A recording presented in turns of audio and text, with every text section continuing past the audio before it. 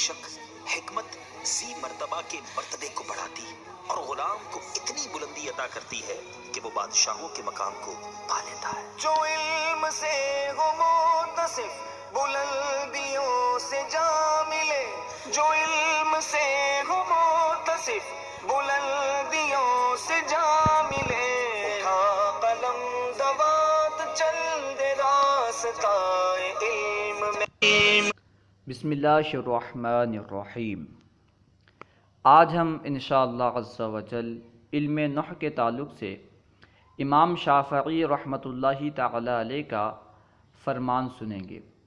امام شافعی فقہ کے مشہور امام ہیں۔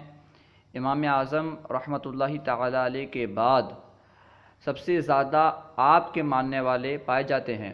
تو امام شافعی رحمۃ اللہ تعالی علیہ علم نحو کے بارے میں کیا فرماتے ہیں، آئیے پڑھتے ہیں۔ قال الامام الشافعی رحمہ اللہ من تبحر فی النحو اہتدی الی کل العلوم۔ امام شافعی رحمۃ اللہ تعالی علیہ نے ارشاد فرمایا، من تبحر فی النحو، جس نے علم نحو میں مہارت حاصل کی، اہتدی الی کل العلوم، اس نے تمام علوم کی طرف راہ پا لی، اس نے تمام علوم کی طرف ہدایت پا لی۔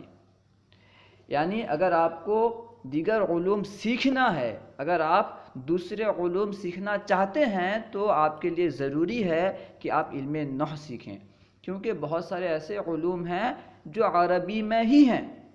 ظاہر سی بات ہے، اگر آپ عربی پڑھنا چاہیں گے تو بغیر علم نحو کے عربی ہرگز نہیں پڑھ سکتے، ٹھیک ہے۔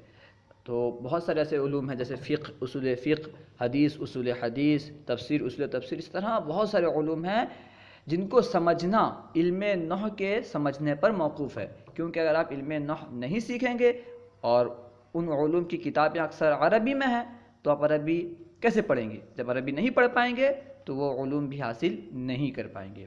اس لیے ہمیں چاہیے کہ ہم علم نحو میں زیادہ توجہ دیں اور خوب محنت کریں۔ آج کل بہت سارے طلباء نحو میں توجہ نہیں دیتے، تو بس طلباء کی توجہ کو بڑھانے کے لیے، رجحان کو بڑھانے کے لیے ہم نے ویڈیو بنائی۔ آپ کو چاہیے کہ آپ علم نحو میں زیادہ سے زیادہ محنت کریں تاکہ آپ جس فیلڈ میں جانا چاہتے ہیں اس میں اچھے ہوں۔ اگر آپ ایک مفتی بننا چاہتے ہیں تو مفتی کے لیے بھی ضروری ہے کہ وہ نحو میں ماہر ہو۔ اگر کوئی بندہ علم نحو میں ماہر نہ ہو، صحیح طرح عبارت ہی نہیں پڑھ سکتا ہو، تو وہ صحیح مفتی نہیں بن سکتا۔ اللہ و رسولہ اعلم۔